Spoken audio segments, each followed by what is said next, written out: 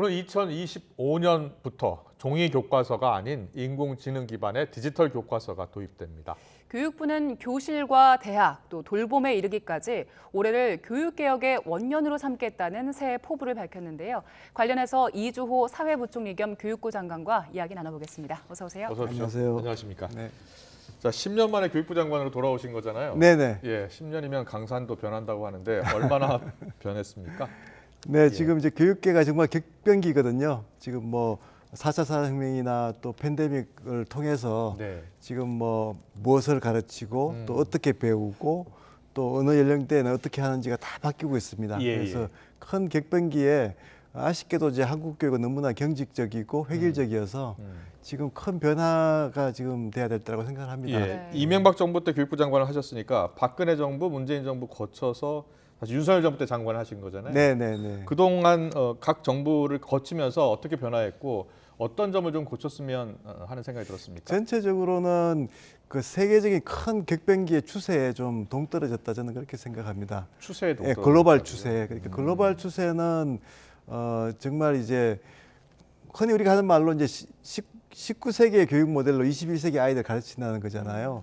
너무나 교육은 공장형이고 획일적이고 예. 그거는 세계적으로 많은 문제가 있어서 사실 이제는 맞춤형으로 가야 되고 또 모든 아이들을 성공시키는 교육으로 가야 되거든요. 예. 그런 모델들이 속속 나오고 있는데 네. 우리나라는 좀 거기에 대해서 너무 좀 폐쇄적이고 획일적이었다 이렇게 생각합니다. 네. 네. 교육계 현안들이 많습니다. 그래서 네. 하나하나 짚어볼 텐데 고교학점제 먼저 얘기해 볼게요. 네, 네, 지금 네. 여러 학교들에서 시범 도입해서 시행 중인데 네네네. 2025년에는 전면 도입이 되잖아요. 네, 네, 지금 네. 시범 도입 중인 학교에서는 현장에서 어떤 얘기 나옵니까? 그러니까 이제 고교학점제라는 것도 맞춤 교육이거든요. 아이들이 이제 자기가 원하는 과목을 선택할 수 있는 거잖아요. 예, 예. 그래서 이제 소위 교육 과정에서 그렇게 과목을 선택할 수 있게 하는 거는 말씀하신 대로 2025년 전면 도입이 결정이 됐습니다. 예. 2022학년 교육 개정이 확정되면서 이건 확정이 된 거고요. 그런데 네.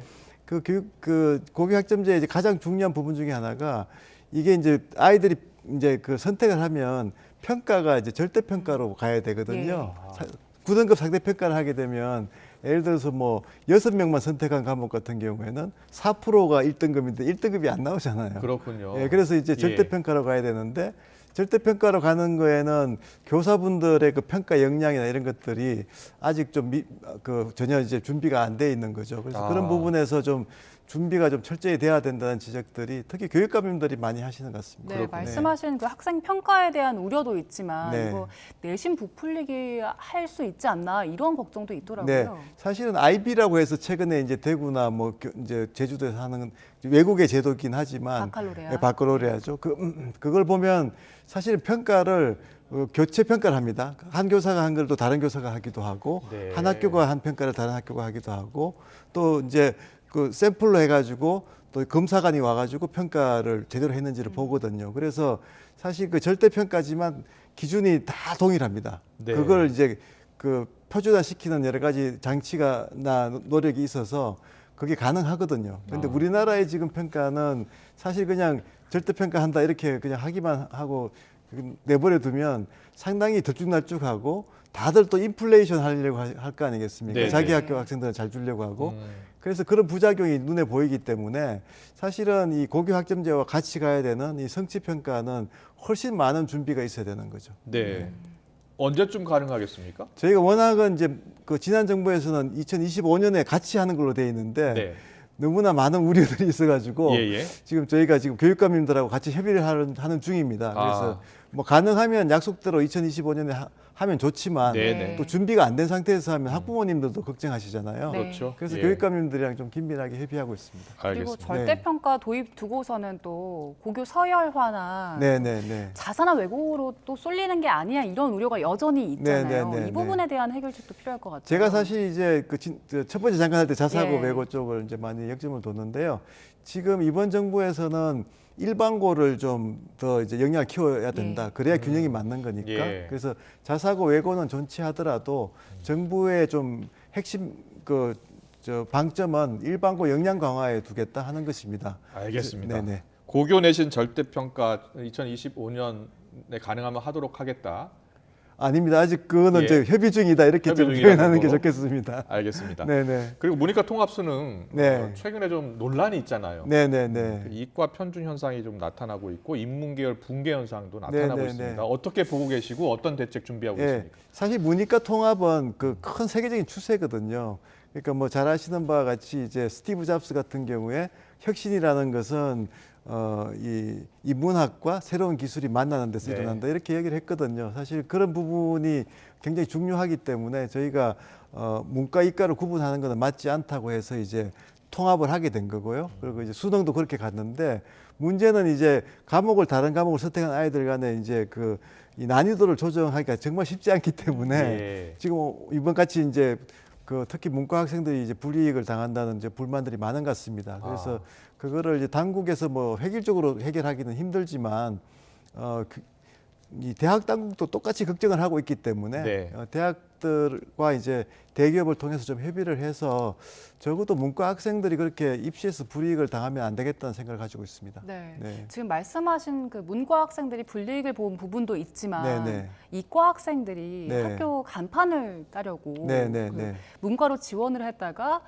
대거 휴학하는 일이 발생하기도 했더라고요. 네, 네, 이런 네. 부작용도 좀 해결책을 찾아야 될 것 같은데요. 예, 쉽지 않은 문제고요. 사실 이제 그런 부분들도 결국은 저는 교육의 본질은 입시보다는 아이들의 수업이고 교사의 역량이라고 생각을 합니다. 그래서 지금 입시가 지금 이제 안정되지 못하고 자꾸 흔들리는 거는 결국은 교실 수업, 그다음에 교사의 그 수준이 안 올라갔기 때문이기 때문에 윤석열 정부는 수업을 혁신하고 교사의 역량을 키우는데 보다 집중하겠다.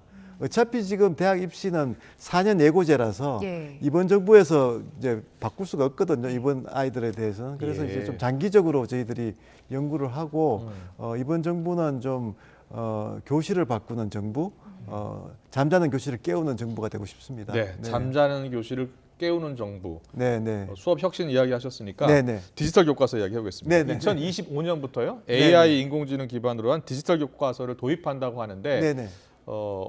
어떻게 바뀌는 겁니까? 그러니까 이제 지금 1인 1디바이스는 다 있잖아요. 네. 교육감님들이 공략하셔가지고 지금 다 웬만한 학교들은 다 가지고 있는데 네네. 그걸 열면은 그 안에 사실은 해외의 좋은 학교들은 보면 AI 튜터가 들어가 있거든요. 그렇군요. AI 튜터라는 거는 아이들의 역량을 바로 파악을 해가지고 네. 거기에서 맞춤형 그 컨텐츠를 제공하는 겁니다. 수학 같으면 예. 한 교실에서 아이들이 이 디바이스를 다 열었는데 네. 그 화면에 뜨는 건 다 틀린 거죠. 왜냐하면 그 안에 AI가 들어가 있기 때문에 그렇습니다. 그렇군요. 네. 수학을 잘하는 학생한테는 새로운 교육 그렇죠. 예. 시스템이 예. 들어가고 네. 예, 수학을 조금 좀 못하는 뭐, 학생들은 다른 시스템이 그리고 들어가 또 있고. 속도도 다릅니다. 천천히 공부해야 되는 아이들은 천천히 공부할 수 있게 하고 빠르게 이렇게 뛰어서 건너뛸 수 있는 아이들은 또 빠른 속도로 공부할 수 있게 하고 이게 그렇게 되거든요. 2025년에 가능합니까? 지금 이미 이제 사교육 시장에서는 그런 이제 네. 소위 코스웨어들이 팔리고 있거든요. 물론 이제 공교육에 들어올 때는 이제 다른 시스템으로 들어와야 되지만 네. 그리고 선진국에서도 이미 많은 그 코스웨어들이 개발되고 있습니다. 그래서 기술은 이미 와 있다. 근데 저희는 보다 더 중요한 거는 교사 트레이닝이거든요. 교사분들이 이걸 가지고 활용을 할 때는 네네. 이제는 아이들 앞에서 교사가 30명 있으면 똑같은 컨텐츠를 제공하는 강의라는 게 똑같은 컨텐츠를 이야기하는 거잖아요. 네. 아이들은 다 틀린데. 맞춤형 교육이 된다는 예, 거네요? 그렇죠. 그러면 예. 이제 30명이 앉은 교실에서 30명이 다른 공부를 하는 거죠. 그러면 교사들은 당연히 이제는 이게 강사가 아니고 코치 역할을 하고 멘토 역할을 하게 되는 겁니다. 예, 예. 좀 더 아이들에게 사회 정서적인 부분을 보다듬어주고 또 아이들이 같이 역량이 다른 아이들이 힘을 합해서 프로젝트를 하거나 이런 이제 수업 방식이 틀려지는 거죠. 네. 이게 소위 말하는 이제 디지털 대전환이죠. 디지털 기술이 들어와서 기술만 들어오는 것이 아니고 교사의 역할이 완전히 바뀌게 되는 겁니다. 네. 네. 일단 맞춤형 교육도 굉장히 뭐 좋은 왜냐하면 얘기고. 교사들이 사실은 아이들의 실력을 한 명 한 명을 알려면 한 학기는 지나봐야 되잖아요. 아니면 중간고사까지는 가봐야 되는데 이 AI 튜터가 들어와 있는 디지털 교과서를 쓰면은 네. 그냥 즉시 바로 알 수 있습니다. 예. 한 10문제만 아이들이 클릭해서 푸는 걸 보면 교사 대시보드에 이 학생은 무엇을 모르고 무엇을 안다는 것이 정보가 바로 뜨거든요. 그렇군요. 네. 근데 학부모 부모님들은 또 이게 아이들이 너무 기계만 가지고 네, 이제 공부를 하는 게 좋지 않을까. 그래서 사실은 이제 교사의 역할 변화가 중요한 예. 게요. 아이들이 스크린을 보면서 하는 이제 지식 전달은 그렇게 하는 건데 네. 교사는 오히려 아이들을 데리고 뭐 스포츠도 하고 프로젝트도 하고 공연도 하고 하는 이제 그런 시간을 늘려야 되는 역할이 거죠. 아예 바뀌는 바뀌는 거군요. 거죠. 네. 지금 화면에 잠깐 나오고 있는데 네네. 초중고 학생들이 모두 각자가 네네. 컴퓨터 한 대씩 가지고 있어요. 노트북을, 네네네. 태블릿 같은 거 네네. 가지고 있고 그리고 자기 능력에 맞게 수준에 맞게 공부를 한다는 거잖아요. 그렇죠. 그리고 교사 역량을 키우는 게 중요하다고 하셨는데 교사 네. 역량을 어떻게 키운다는 겁니까? 저희는 뭐 심지어는 한 1년에 한 3, 4개월은 집중적으로 연수하는 시기가 필요하다고 생각합니다. 3, 4개월 연수요. 네, 네, 예. 이게 뭐 어떤 교사분들은 이렇게 표현하시더라고요. 한국말로 가르치다가 영어로 가르치라고 하는 것만큼 이게 힘들다. 완전히 역할이 바뀌는 거잖아요. 그렇군요. 예, 그래서 예, 이제 예. 집중적인 연수가 필요하고 더 장기적으로 보면 교대 4대의 그 교육 프로그램도 완전히 바뀌어야 됩니다. 네. 네, 교대 4대로 네, 네. 바뀌어야 한다니요? 네. 예. 그러니까 전문대학원으로 해서 교전원.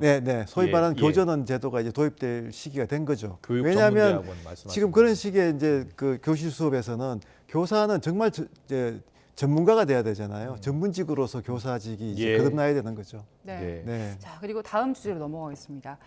지금은 어린 아이들 유치원 그리고 어린이집으로 나뉘어 있는데 네, 이걸 네, 네. 통합해서 유보 통합을 2025년부터 추진하신다고 네, 네, 했는데 네. 이 부분은 어떻게 진행됩니까? 사실 이제 그 우리 지금 글로벌 교육 추세에서 가장 중요한 것이 모두를 위한 교육이거든요. 아이들이 똑같은 기회를 보장을 받아야 되는데 사실 아이들에게 그 평등한 기회를 보장하기 위해서는 가장 중요한 시기가 사실은 학교 가기 이전입니다. 그 아이들이 이제 영유아 시기에 이미 이제 중요한 지능 발전이나 정서 발달이 일어나는 거거든요. 그래서 예. 보육이 정말 중요하고 보육과 교육을 잘 융합을 해야 됩니다. 그리고 이제 아이들이 그러기 위해서는 이제 유보 통합도 해야 되는 예. 거고 또 학교에서 초등학교 때는 또 엄마들이 이제 그 직장을 가진 경우에는 한 1시 이후에도 좀 보육을 할 수 있게 해가지고 아이들의 그런 이제 그 교육뿐만 아니고 좋은 보육이 이제 돼야 되는 거죠. 예. 그것을 교육부가 좀 책임지는 그런 이제 변화를 해야 된다고 생각합니다. 네. 어린이집과 유치원을 통합한다. 네네. 이게 2025년까지 가능합니까? 사실 이제 그 위기가 기회인데요. 워낙 학생 수가 많이 줄어서 어린이집 같은 경우에 경영이 많이 어렵습니다. 예, 그래서 과거에는 사실 이제 이견들이 많았는데 지금은 많이 좁아지는 것 같아요. 교육부 중심으로 통합하고 그래서 좀 더 질 높은 서비스를 할 수 있도록 그 단일화된 이제 관리 체계에서 지원도 또 더 많이 받을 수 있도록 그렇게 지금 하려고 합니다. 어린이집이나 유치원에 반발은 없습니까? 지금 예. 제가 이제 10년 전에도 사실 하려고 했었거든요. 예. 그때는 누리 과정이라 해서 이제 교육 과정만 통합을 시켰는데 그때보다는 훨씬 우호적인 것 같습니다. 네. 네. 그리고 초등학생들은 또 네. 저녁 8시까지 네, 네. 밀봉 서비스를 네네. 이제 제공한다고 하셨는데 교사들 반발이 좀 클 것 같아요. 그래서 이제 교사들한테 다 맡길 수는 없죠. 네. 그래서 지금 이제 각 지역에서 이미 다양한 모델이 나오는데요. 교육지원청이 맡아줄 수도 있고 아니면 별도의 뭐 교장, 별도의 교사가 또 채용될 수도 있고요. 네. 다양한 모델이 있을 수 있다고 생각을 합니다.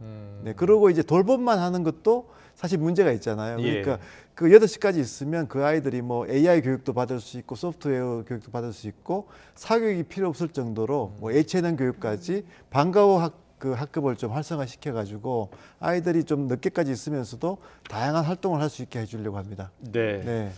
마지막으로 시도지사와 교육감 러닝메이트제 입법 추진한다고 하는데 네네네. 이게 그 뭐 여야가 함께 마련해야 될 것 같은데 당연하죠. 가능하겠습니까? 예. 저는 이제 그 우리가 그 교육감 직선제를 한 14년 해봤거든요. 예.